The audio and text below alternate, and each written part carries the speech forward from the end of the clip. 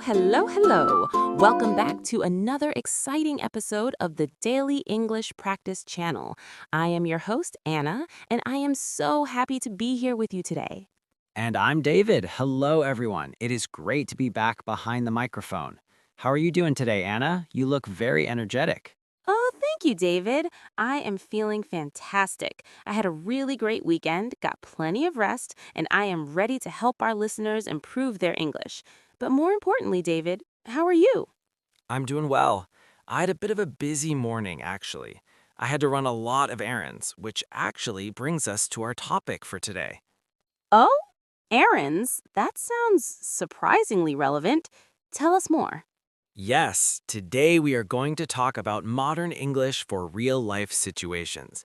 We realize that textbooks often teach you very formal, old-fashioned English. But when you go out into the real world, to a shop, on a Zoom call, or talking to a friend, people speak differently. That is so true. Real life is fast, it's casual, and it changes all the time. So today, we are going to cover four main areas: shopping, phone calls, online meetings, and social life. Exactly. We want to give you the phrases you will actually hear and use in 2024 and beyond. We will have role plays, vocabulary breakdowns, and of course, some jokes along the way. I love it. And remember, dear listeners, the best way to learn is to repeat after us. When we say a new phrase, try to say it out loud. Don't be shy. That's right. Fake it till you make it. Shall we dive into our first topic? Let's do it. Okay, David, let's talk about shopping. In the old textbooks, you learn phrases like, "How much does this cost?" or "I would like to purchase this apple." I would like to purchase this apple. You sound like a robot, Anna, or someone from the 1800s. Exactly. In modern English, we're much more relaxed. Let's start with a situation everyone knows.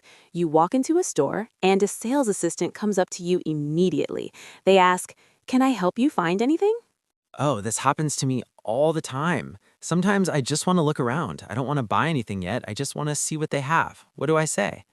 The magic phrase here is, "I'm just browsing, thanks." Oh, that is a golden phrase. I'm just browsing. Let's break that down. To browse means to look through things casually without a specific goal. You browse the internet or you browse a clothing store. Right. So if the salesperson says, "Can I help you?" you smile and say, "No thanks, I'm just browsing." It's polite, but it tells them to leave you alone. I love that. Now, what if you do buy something, but when you get home, you realize it's the wrong size, or maybe you just don't like it? Then you need to deal with returns and exchanges. This is a very important part of modern shopping vocabulary. Yes, let's clarify the difference. A return is when you give the item back and get your money back, and exchange is when you swap the item for a different size or color. Perfect explanation. So let's do a mini role play. I will be the customer, and David, you be the cashier. I was born to be a cashier. Let's go. Hi there. I'd like to return this shirt, please. Oh, sure. Was there anything wrong with it? No, it just didn't fit right. It was a little too tight. I see. Do you have your receipt? Yes, I have it right here on my phone. It's an e-receipt. Perfect. I can process that refund for you right now. Do you want it back on your card? Yes, back on the card is fine. Thanks. And scene. That was smooth. Very smooth. Did you notice a specific modern word I used there? I didn't say paper receipts, I said e-receipt. Yes, e-receipt. This stands for electronic receipt. Many stores now ask, do you want a paper receipt or should I email it to you? If you choose email, that is an e-receipt. Exactly. And another keyword was refund. To process a refund means to give the money back. Anna, what happens if I want to buy something but I don't see it on the shelf? You should ask if it is in stock. In stock. That means, do you have it in the store? Yes, you could say, "Excuse me, do you have this sneaker in a size 10? Is it in stock?" And if they don't have it? Then it is out of stock. Or they might say, "We are sold out." Sold out is a sad phrase to hear. It really is, especially when you really want that chocolate cake. Don't bring up chocolate cake, Anna. Now I'm hungry. Focus, David, focus. Let's review the key shopping phrases one more time. Listeners, repeat after us. I'm just browsing. I'd like to return this. Do you have this in stock? Can I get an e-receipt? Excellent. I think our listeners are ready to shop like professionals. All right, let's move to our second topic, phone calls. Oh no, the phone call. You know, David, many young people today actually have phone anxiety. They hate talking on the voice phone. They prefer texting. I admit I am one of those people sometimes. But in business and life, you still have to make calls, and technical problems happen all the time. True, one of the most common problems is when the signal is bad. You can hear parts of the words, but not the whole sentence. Right. Please, listeners, do not say your sound is cutting. That is not quite right. The best phrase is you are breaking up. Yes, you are breaking up. Now, Anna, we have to be careful here. Breaking up has two meanings. Oh, good point. If you say to your girlfriend or boyfriend, I am breaking up with you, that means the relationship is over. Exactly, big drama. But on the phone, if you say, sorry, you are breaking up, it just means the signal is bad. Let's look at another technical phrase. What if the call suddenly stops completely? The line goes dead. We say we got cut off. We got cut off. That sounds passive. It wasn't my fault. It wasn't your fault. The technology just cut us off. Let's do a role play about a bad connection. This is a very realistic situation. I'll call you, Anna. Ring ring. Hello? This is Anna. Hi, Anna. It's David. I'm calling about the project for next. Anda? Sorry, I couldn't hear that. You're breaking up. Oh, can you hear me now? Is this bet? You're still cutting in and out. The signal is really choppy.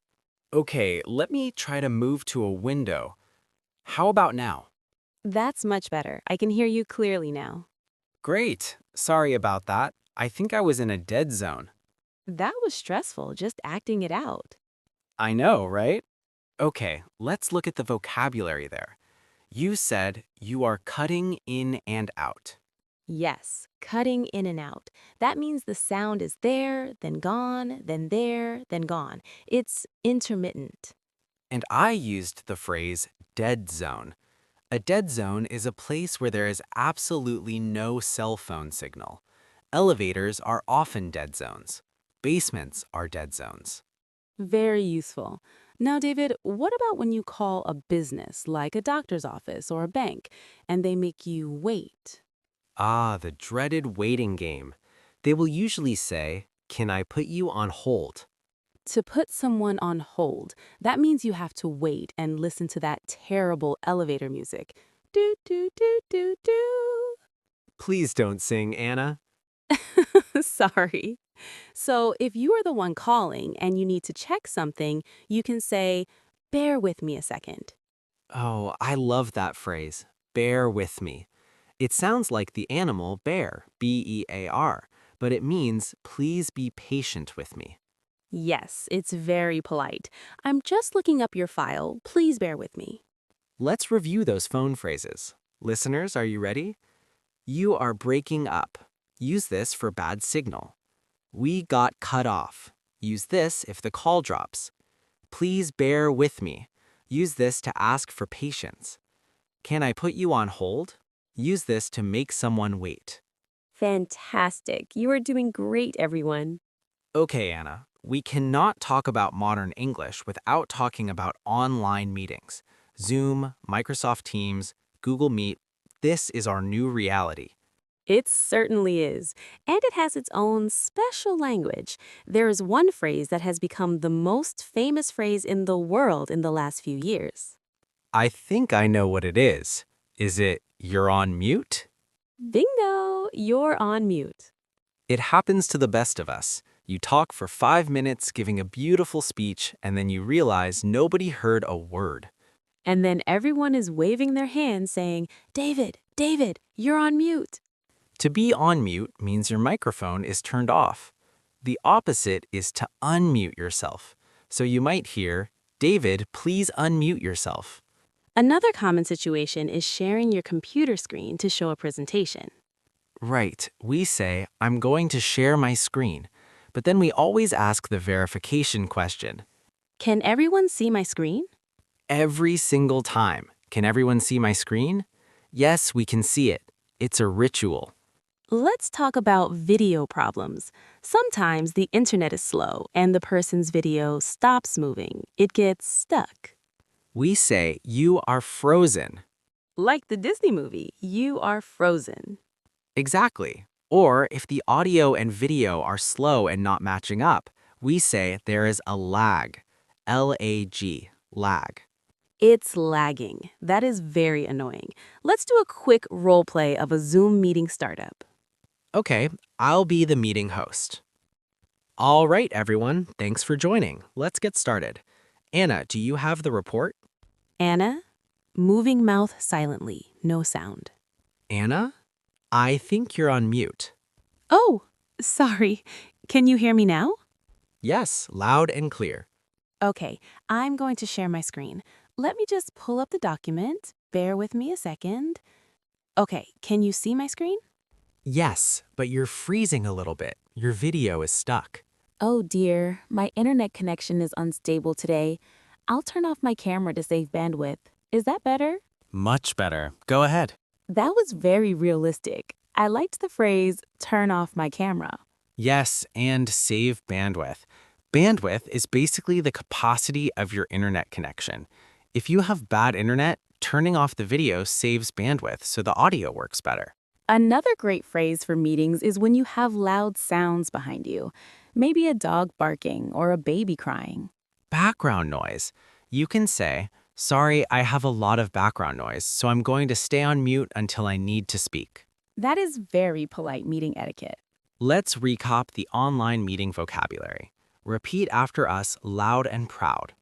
You are on mute. Can everyone see my screen?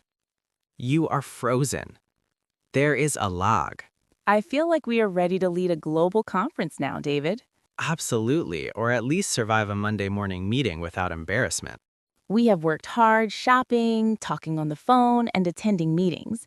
Now, David, it is time to have some fun. Let's talk about social life. Finally, making plans with friends. The English we use here is usually very casual, lots of slang and phrasal verbs. The first thing is inviting someone out. You don't usually say, do you wish to accompany me to the cinema? No, that sounds like a royal invitation. We say, do you want to hang out? Hang out. This is the universal phrase for spending time together with no specific pressure. Let's hang out. We hung out yesterday. Or if you haven't seen a friend in a long time, you want to catch up. Catch up. I love this phrasal verb. It means to update each other on your lives. Let's grab a coffee and catch up. Now, here's a tricky one, Anna. What if someone invites you out, but you are busy or you are just tired? How do you say no without being rude? This is hard for many learners. You can't just say no. That is too direct. We often use the sandwich method. The sandwich method? Are we eating again? No. A positive comment, then the no, then another positive comment. Give us an example. Okay, imagine you ask me to dinner tonight, but I am tired. Anna, do you want to grab some dinner tonight? Oh, I'd love to, but I'm actually exhausted from work, so I think I'm going to pass tonight. Maybe next time.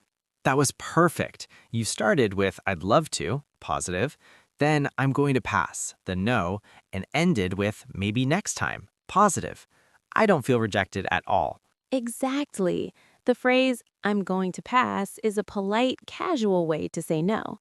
There is another idiom that's perfect for this, to take a rain check. Can I take a rain check? This comes from baseball, right? Yes. In the old days, if a baseball game was canceled because of rain, they gave you a ticket to come back another day, a rain check. So now it means I can't do it today, but I promise I want to do it another time. It's very useful. Sorry, David, I'm busy tonight. Can I take a rain check? Let's do a role play about making plans for the weekend. Hey Anna, what are you up to this weekend? Not much, just chilling. Why? A few of us are going to try that new Italian restaurant on Saturday. Do you want to come? Oh, that sounds amazing, but I actually promised my sister I'd help her move apartments on Saturday. I'll have to take a rain check. No worries, moving is hard work. Maybe we can catch up next week instead.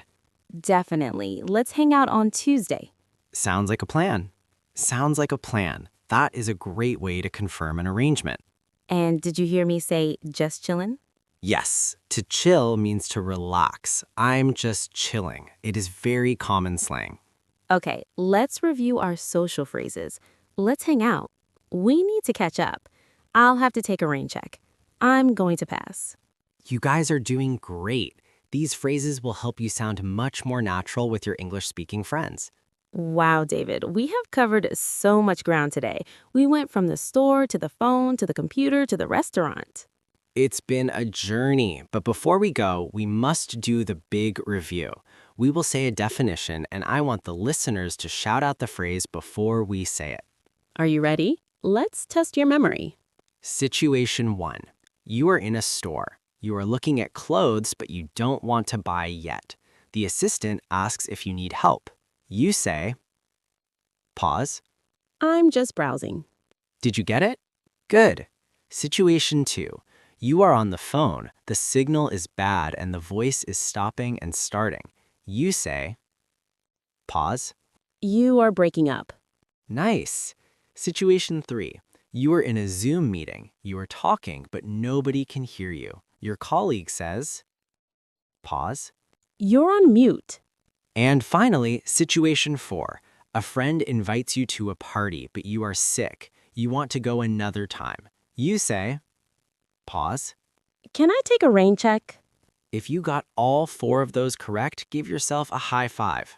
This was such a fun episode, David. I think these real-life phrases are so important because they build confidence. Absolutely. You know, learning a language is not just about grammar rules. It's about connecting with people. It's about handling awkward situations like a bad phone line or returning a shirt with a smile. That is so true.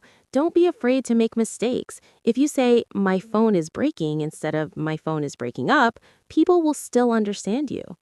Exactly. The goal is communication, not perfection. So try to use one of these phrases today. Go to a store and tell them you were just browsing. Call a friend and ask to catch up. You can do it. We believe in you. If you enjoyed this episode, please subscribe to the Daily English Practice channel. Leave us a comment and tell us what is the hardest real-life situation for you in English. We read every comment, and we might use your idea for our next episode. Thanks for listening, everyone. Keep practicing, stay positive, and we will see you next time. Bye for now. Cheers!